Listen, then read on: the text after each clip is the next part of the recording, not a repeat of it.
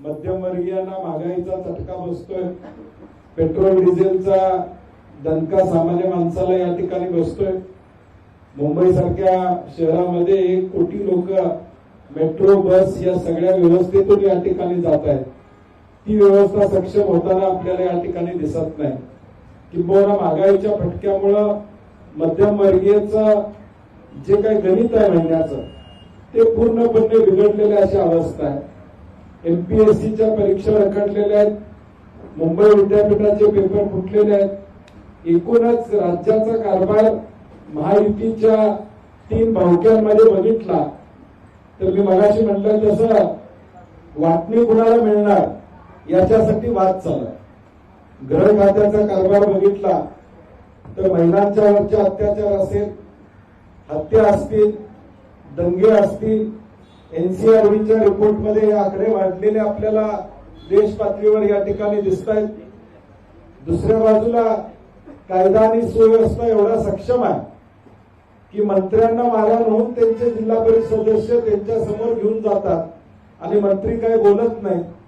गृह खातं किती सक्षम आहे की मंत्र्याच्या ताब्यातले 2 जिल्हा परिषद सदस्य घेऊन जातात। हा कायदा आणि सुव्यवस्थेचं उदाहरण ह्याच्यापेक्षा महाराष्ट्रामध्ये कुठलंही मोठं या ठिकाणी असणार। आणि म्हणून अनेक जे मुद्दे आहेत की ज्या मुद्द्यामुळे हे सरकार जे आज कारभार करते ते फेल गेलेलं आहे। एका बाजूला तुम्ही म्हणता की महिला व बाल विकास खात्याला 1 नंबर या ठिकाणी आम्ही देतो, असं मागच्या वेळी सगळ्या डिपार्टमेंटमध्ये चांगलं काम केलं म्हणून सांगितलं। आता त्याच खात्यामध्ये तुम्ही वर्षभर 14,000 पुरुषांना अनुदान दिलं। गव्हर्नन्स फेल्युअर आहे की 14,000 पुरुषांना तुम्ही अनुदान देऊ शकला, याच्यापेक्षा गव्हर्नन्स फेल्युअर कुठलाही या ठिकाणी होऊ शकत। देश पातळीवर महाराष्ट्राची प्रतिमा या ठिकाणी काय झाली की साधा महिला आणि पुरुष यातला भेद तुम्हाला ओळखता येत नाही।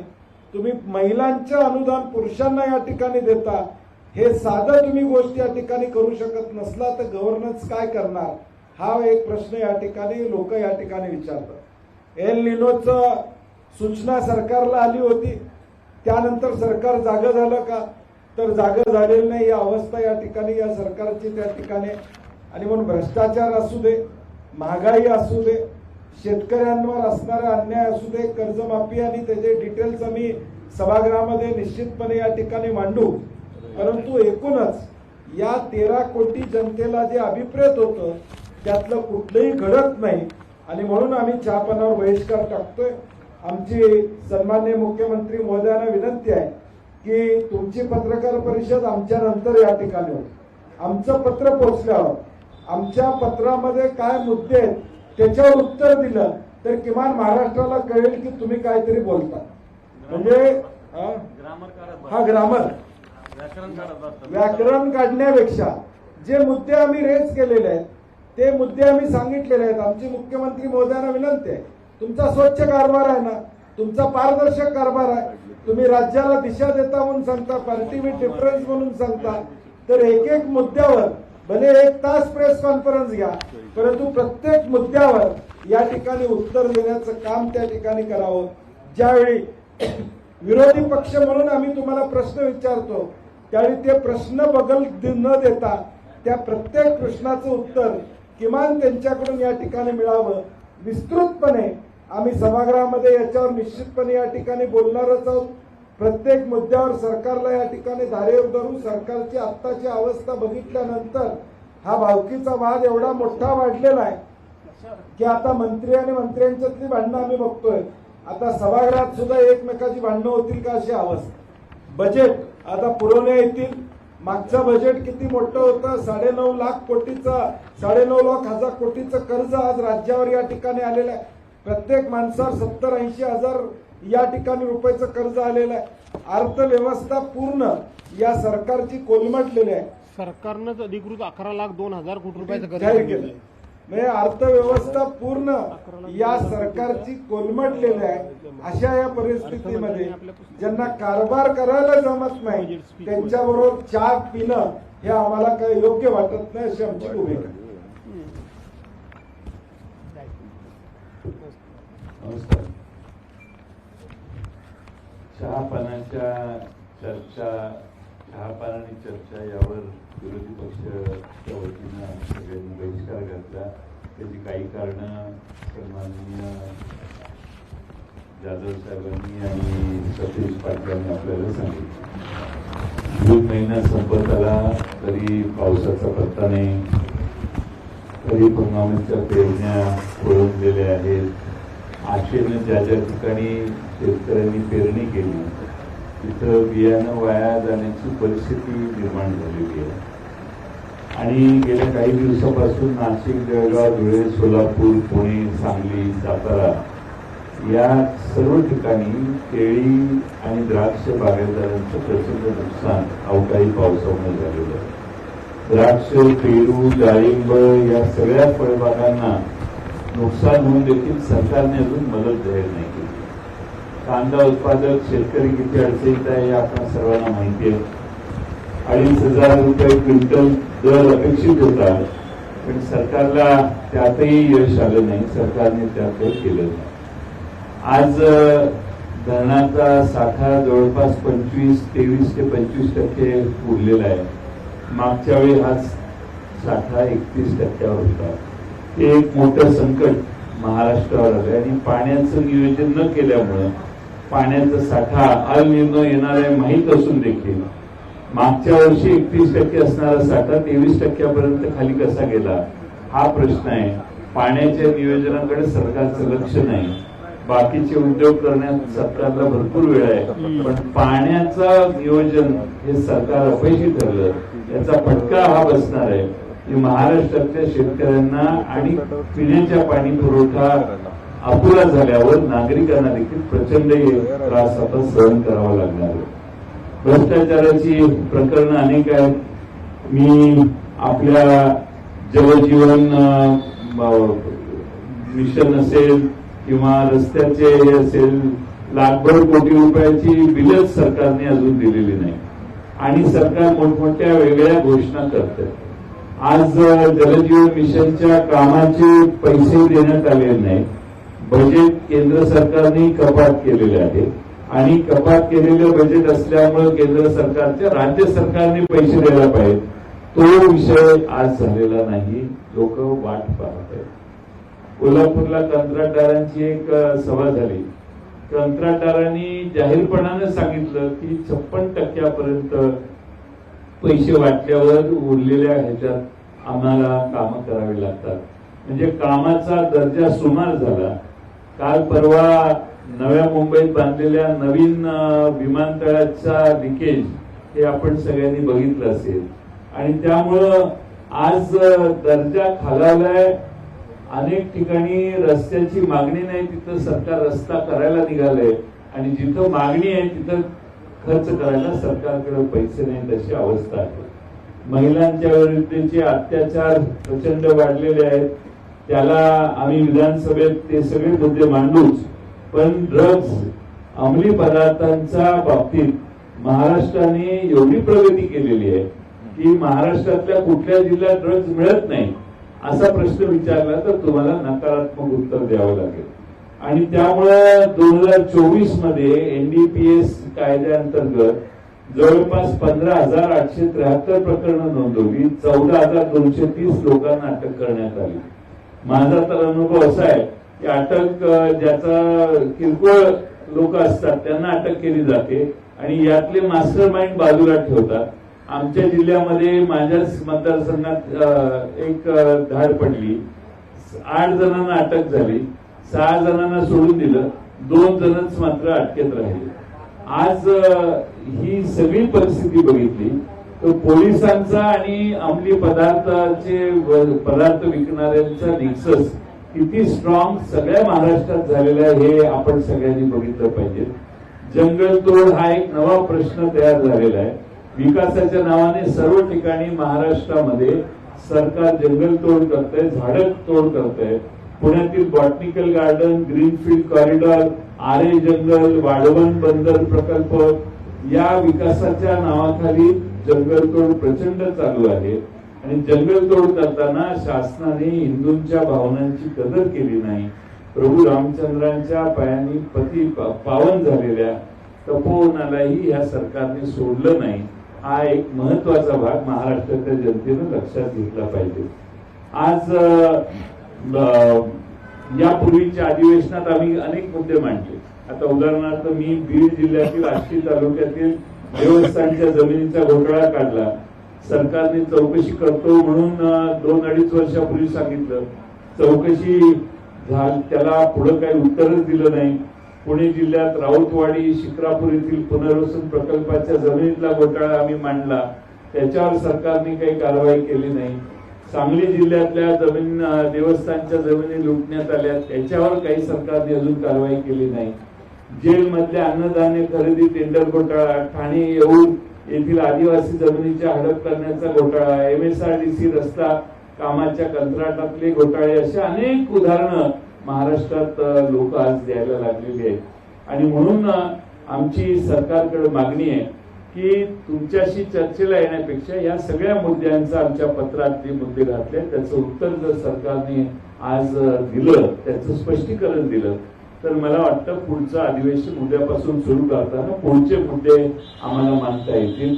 मी या ठिकाणी माझा अनुभव गेल्या 2-4 अधिवेशनातला किंवा त्यापूर्वीचाही, की आम्ही जे भाषण करतो त्यातला महत्वाचा जो मुद्दा आरोपाचा असतो तो सोडून बाकीच्या सगळ्यांच्या बाबतीत चर्चा होते आणि मूळ मुद्दा मात्र बगल देण्याचं काम चालू आहे. आज सरकार कर्जात डुबतंय, आकडे आपल्याला माहिती आहेत. त्यामुळे राज्याची परिस्थिती काही समाधानकारक आज दिसत नाही.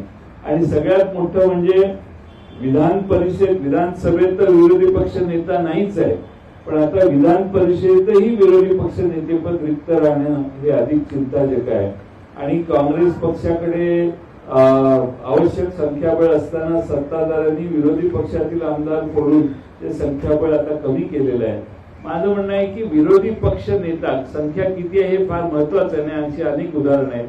विधानसभेत आणि विधान परिषदेमध्ये विरोधी पक्ष नेता नेमण्याचं औदार्य जरी सरकारी सत्तारूढ पक्षाने दाखवलं तर या सगळ्या प्रश्नांना अधिक प्रभावीपणानं विरोधी पक्ष म्हणून आम्हा सगळ्यांना जनतेचे प्रश्न मांडण्यासाठी एक साधन होईल किंवा अधिक प्रभावीपणाने हे मुद्दे मांडता येतील. पण सरकार आपल्या विरोधी कोणी बोलणार नाही, कोणी कोणता विषय मांडणार नाही, मांडायची जिथं जागा असेल ती जागेवर कोणी बसणार नाही याची देखील काळजी घेत आहे. आणि म्हणून सरकारने दिलेलं असहकार्य मागच्या काही काळात पाहता आम्ही आज त्यांच्या चहापानाला न जाण्याचा निर्णय केलेला आहे. सरकारने ह्या सर्व विषयांचं उत्तर द्यावं अशी आमची सगळ्यांची अपेक्षा आहे. यावर विरोधी पक्षांनी जे काही मुद्दे मांडलेले त्याचं टिंगलटवाळी करत पत्रकार परिषदेमधून उत्तर द्यायची ही एक ठरलेली सवय सत्ताधाऱ्यांना लागली. मला त्याच्यावरनं आठवतं की बहुजनांच्या भाषेची टिंगल करण्याची महाराष्ट्राचा इतिहास. जेव्हा महात्मा फुलेंनी गुलामगिरी हे पुस्तक लिहिलं, शेतकऱ्यांचा आसूड हे पुस्तक लिहिलं, त्या पुस्तकावर न बोलता चिपळूणकर यांनी महात्मा फुलेंचं व्याकरण काढलं आणि त्या व्याकरणाला त्या झालेल्या टीकेला महात्मा फुलेंनी बरोबर उत्तर दिलं जे आजच्या काळाला समर्पक आहे. महात्मा फुले चिपळूणकरांना म्हणाले, अहो चिपळूणकर, गेले 5000 वर्ष शिक्षण तुमच्या ताब्यात आहे, आम्ही तर आत्ताच लिहायला लागलो, पण आमचं व्याकरण बघण्यापेक्षा आमचं अंतःकरण बघा. आमच्या अंतःकरणात जो आवाज निघतोय तो इथल्या सर्वसामान्यांचा आवाज आहे आणि तो आवाज तुमच्या कानात पडत नाही. तुम्ही मात्र टिंगाळ टवाळीतच मुश्किल आहे. आम्ही इथे महात्मा फुले, शाहू आंबेडकरांची, शिवाजी महाराजांची विचारधारा घेऊन जाणारे लोक बसलो आहोत आणि पलीकडच्या बाजूला चिपळूणकरांच्या अवलादी बसले आहेत. ते त्यांच्या सवयीवरनं दाखवतात. भ्रष्टाचाराला 56% आता म्हणजे एकीकडे मोदी साहेबांनी सांगायचं माझी 56% छाती आहे आणि इथे 56% करप्शन सुरू झाले, म्हणजे 56 मॅच करतात. दुसरीकडे ठाण्यामध्ये 2800 कोटी रुपयाचा TDR घोटाळा समोर येतोय, कोणीही बोलायला तयार नाही. गणेश नाईक या राज्याचे वनमंत्री गेले 50 वर्ष वन खातं त्या जमिनीसाठी भांडतायत. अचानक वन खात्याने सुप्रीम कोर्टात न जाण्याचा निर्णय हा आक्षेपार्ह आहे. गणेश नाईकांवरती कोणी दबाव आणला की तुम्ही सुप्रीम कोर्टात जाऊ नका, हा प्रश्न उत्तरित आहे. त्यामुळे भ्रष्टाचाराने माखलेलं, गजबजलेलं, डुबलेलं, उठलेलं हे सरकार, या सरकारला आम्हाला प्रश्न विचारतो. त्याच्यामध्ये तुम्ही आम्हाला जरूर विचार करा आणि परत एकदा या चिपळूणकरांच्या अवलादींना, या फुलेंच्या अवलादी उत्तर देतील, हे 100% सत्य. पुण्यामध्ये इलिसिट लिकर ने 14 जणांचा मृत्यू झालेला. 14 जण. आज मी मगाशी अंमली पदार्थांचा विषय मांडला तसं बनावट दारूमुळे माणसांचा मृत्यू झाला. हे एवढं प्रचंड निकसस आहे. तुकाराम मुंडे यांचं काम जे आहे, मला वाटतं की त्यांना एखाद्या वेळेस सरकार बदलेल त्यांच्या कामामुळे. त्यामुळं तुकाराम मुंडेंना किमान 2-3 वर्ष तिथं ठेवतील ते सरकार, अशी आम्ही सरकारकडून अपेक्षा व्यक्त करतो. तुकाराम मुंडेंच्या माध्यमातून महाराष्ट्रभर आता ज्या ठिकाणी विविध रेड्स चालू आहेत, धाड टाकण्यात येत आहेत, त्यात काही ठिकाणी असं दिसतंय की वाळू माफिया किंवा बाकीचे माफिया, या क्षेत्रातले माफिया हे अधिकाऱ्यांच्यावर देखील हल्ले करायला लागलेले आहेत. असाच मला वाटतं संभाजीनगरमध्ये प्रकार मागल्या 2 आठवड्यापूर्वी घडला. ही सगळी कायदा व सुव्यवस्थेची परिस्थिती एवढी बिकट झालेली आहे आणि त्यामध्ये पोलिसांचं काम आहे या बनावट दारू, वेगवेगळ्या ठिकाणचे अंमली पदार्थ यांना अटकाव करणं, त्यांच्यावर लक्ष ठेवणं. त्यामुळं गृह खात्याचं फेल्युअर आहे असा त्याचा अर्थ होतो आणि म्हणून या संदर्भात सरकारने अतिशय गांभीर्याने हा विषय घेणं आवश्यक आहे. चला काय आपण धान उत्पादक पट्ट्यातील आमदार आहात. विदर्भामध्ये, पूर्व विदर्भामध्ये धान उत्पादक शेतकरी मोठ्या प्रमाणात आहे. धानाचे शासकीय धान खरेदी केंद्रामार्फत खरेदी करतं शासन. 48 तासामध्ये सुमारे जण अपेक्षित आहे, मात्र उशिरा मिळतात. सर्वात महत्वाचं म्हणजे धानाचे बोनस जो प्रति हेक्टर 20,000 अपेक्षित होतं, तो अजूनपर्यंत जेव्हा की मुख्यमंत्र्यांनी आश्वासन दिलं होतं. आपण म्हणता ते खरं आहे की धान उत्पादकांना प्रति हेक्टर 20,000 रुपये बोनस देण्याचं जाहीर हे हिवाळी अधिवेशनमध्ये नागपूरमध्ये राज्याच्या मुख्यमंत्र्यांनी जाहीर केलं होतं. कृषी मंत्री केवळ बोलले असं नाही, तर राज्याच्या मुख्यमंत्र्यांनी जाहीर केलं होतं. परंतु प्रत्येक घोषणा ही फक्त लोकप्रियतेकरता, सवंग लोकप्रियतेकरता करायची आणि त्या घोषणेची आपण पूर्तता केली नाही तर आपल्याला कोणी काही विचारू शकत नाही, कारण आपल्याकडे संख्याबळ मोठ्या प्रमाणात आहे. अशाच पद्धतीनं कोकणामध्ये जे हापूस आंबा बागायतदार आहेत त्यांचं कधी नव्हे एवढं यंदा नुकसान झालं. कोकण कृषी विद्यापीठ असेल, कृषी खातं असेल, यांनी आपला लेखी अहवाल दिला की जेमतेम 5 ते 10% फक्त आंबा पीक हे शेतकऱ्यांच्या हातामध्ये आहे. यंदा आखाती देशामधलं युद्ध झाल्यामुळं तो आंबा परदेशी जाऊ शकला नाही आणि सगळ्या कोकणाच्या लोकप्रतिनिधींची बैठक माननीय मुख्यमंत्र्यांच्याकडे झाली आणि मुख्यमंत्र्यांनी परवाच्या ह्याच्या अर्थसंकल्पीय अधिवेशनामध्ये मुख्यमंत्र्यांनी NDRFच्या निकषाप्रमाणे फक्त 22,000 रुपये प्रति हेक्टर मी कोकणवासियांच्या आंबा बागायतदारांना देईन. म्हणजे पर कलम नियमाप्रमाणे एका हेक्टरमध्ये 125 कलमांची लागवड केली पाहिजे. त्याप्रमाणे 187 रुपये फक्त शेतकऱ्यांना मिळतात. अशी चेष्टा करण्याचं काम हे राज्य सरकारकडून सातत्यानं चालू आहे आणि म्हणून राज्य सरकार फक्त घोषणा करतं. घोषणांची आपण पूर्तता केली नाही तर आपल्यावर काही जबाबदारी येते, आपल्याला कोणतरी विचारणार आहे. ही भीतीच राज्यकर्त्यांना जी असली पाहिजे ती नसल्यामुळं राज्यकर्ते अहंकारी आणि अनिर्बंध झालेले आहेत.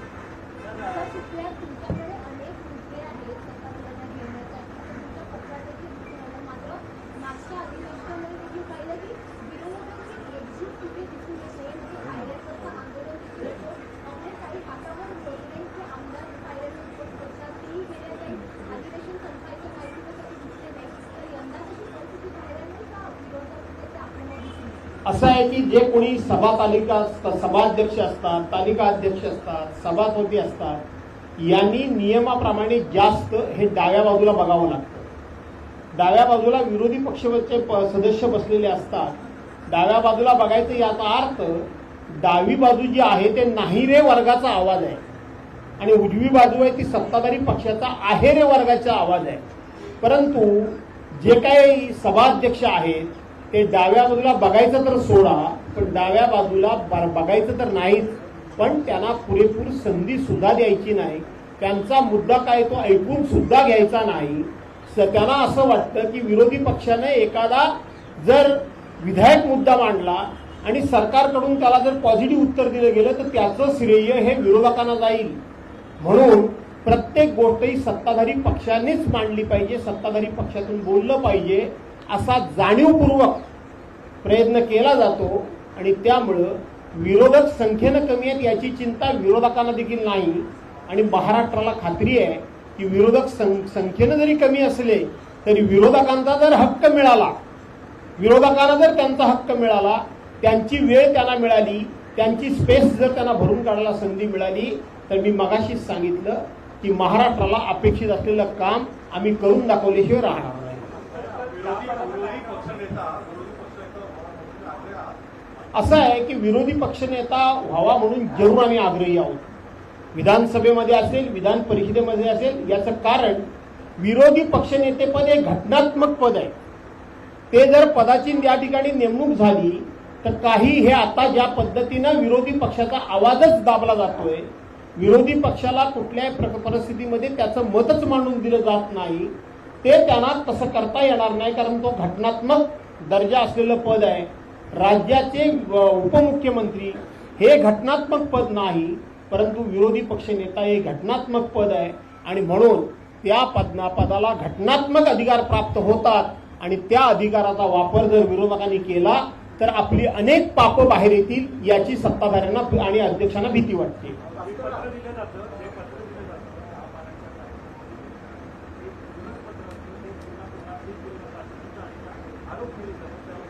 असं आहे की पत्र तेच दिलं जात नाही, पत्र ते रिमाइंडर असतं. पत्र पूर्वीच आहे, परंतु त्या पत्राची अंमलबजावणी करावी याकरता म्हणून ते रिमाइंडर दिलं जातं. पत्र जुनच आहे.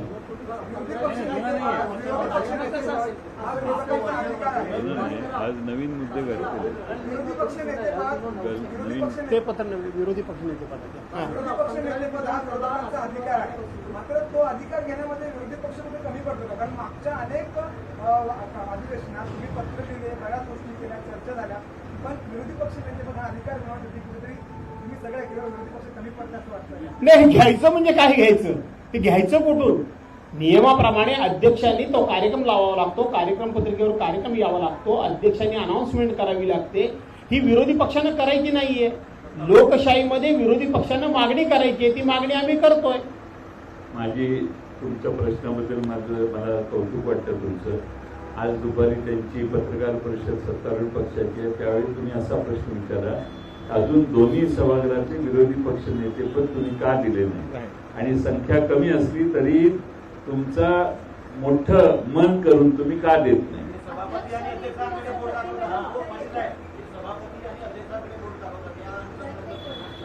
काय करतात? सभापती अध्यक्षाकडे असं आहे, मला वाटलं जयंतरावना ते माहिती आहे, जयंतरावनीच तो विषय मांडतील. या महाराष्ट्राची परंपरा आहे की सदस्य संख्या कितीही न बघता विरोधी पक्ष नेतेपद देणं ही महाराष्ट्राची जुनी परंपरा आहे.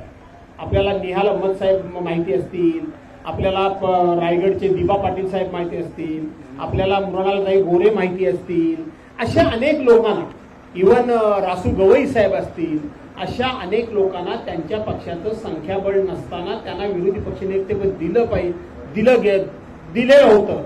पण त्याच्यामध्ये काँग्रेसच्याकडे सौजन्यता होती, यांच्याकडे सौजन्यता नाही. यांना द्यायचं असेल तर कायदा आणि घ्यायचं असेल तर अरविंद केजरीवालांचं दिल्लीमध्ये सरकार होतं. 70 आमदारांचं ते राज्य आहे. 67 आमदार हे अरविंद केजरीवालांचे होते, 3च भाजपाचे होते. एवढा जर भाजपा हा तत्ववादी असेल आणि एवढा जर भाजपा हा तत्ववादी आणि नीतिमत्तेचा असेल तर 3 आमदारांनी विरोधी पक्षनेतेपद कसं घेतलं? घ्यायला मात्र कायदा नाही, द्यायला कायदा आहे. आणि म्हणून रडीचा डाव जिथे खेळला जातो तिथे विरोधी पक्ष तरी काय करणार?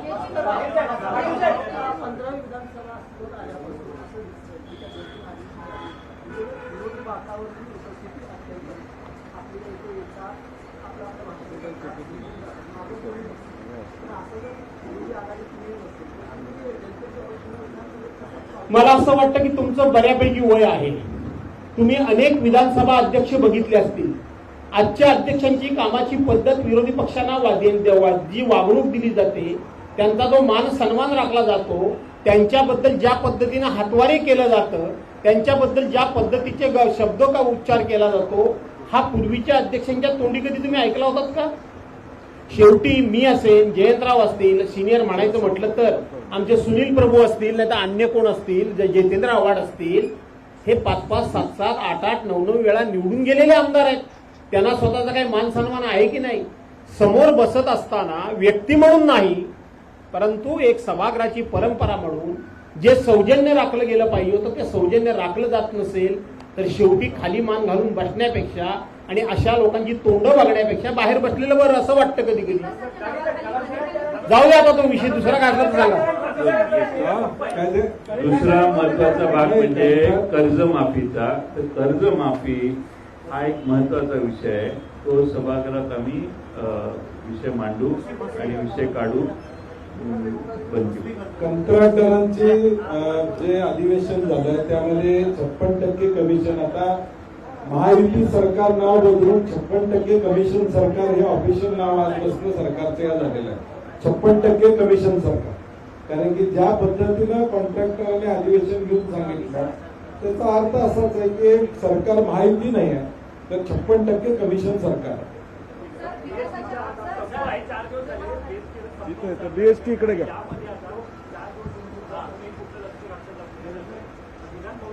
अनिलराव बोलताय का? अनिलराव बोलताय? असं आहे की बीएसटीच्या कर्मचाऱ्यांना आतापर्यंत 30 आश्वासन दिली गेली. प्रत्येक वेळेला त्यांचे करार जे आहेत ते अद्यापर्यंत नाही. आणि मग कुठेतरी आपल्या बाजूने युनियन पाहिजे म्हणून सत्ता पक्षाच्या एखाद्या नेत्याने त्यांना ठिकाणी आम्ही दाखवले स्वतःच्या युनियनचे मेंबर करून घ्यायचे. आणि बीएसटीचा जो कामगार आहे तो आशावादी आहे. त्याला वाटतं की आम्हाला कोणतरी देईल, त्यांच्या युनियनचा सभासद करून घ्यायचं आणि काहीच द्यायचं नाही. ही जी काय वृत्ती मागील 10 वर्षापासून या लोकांनी सुरू झालेली त्याच्यामुळेच आता संप आणि या संपाचं BST मध्ये पण आपण लक्षण बघितलं तर जर सगळ्या युनियन ज्या आहेत आणि तो त्या संपामध्ये सहभागी आणि 2 युनियन ज्या आहेत ज्या सरकारच्या बाजूने त्या युनियन म्हणून जरी त्यांच्या बाजूने असल्या तरी त्यांचे सभासद आज सगळे त्या गेटवरती संपावरती बसलेले. आज 2 दिवस झाले संप ज्या पद्धतीने सुरू आहे. मुंबईकरांचे हाल होत आहे आणि याच्या वेळेला सरकारने हस्तक्षेप करून हा प्रश्न सोडवला पाहिजे. परंतु सरकारला गांभीर्य नाही. मुख्यमंत्र्यांनी अशा परिस्थितीमध्ये संपकऱ्यांना त्यांच्या नेत्यांना बोलून घेऊन यावरती तोडगा काढणं आवश्यक होतं. परंतु सरकार गंभीर नसल्यामुळे आज बीएसटीच्या कर्मचाऱ्यांची ही परिस्थिती आहे. परंतु विरोधी पक्ष म्हणून महाविकास आघाडी म्हणून आम्ही बीएसटीच्या कर्मचाऱ्यांच्या पाठीशी आहोत. विधिमंडळामध्ये जेव्हा संधी मिळेल तेव्हा या विषयावरती गंभीरपणे आम्ही चर्चा करू आणि सरकारला याच्यामध्ये हस्तक्षेप करायला भाग पाडू ही आमची भूमिका. धन्यवाद धन्यवाद धन्यवाद.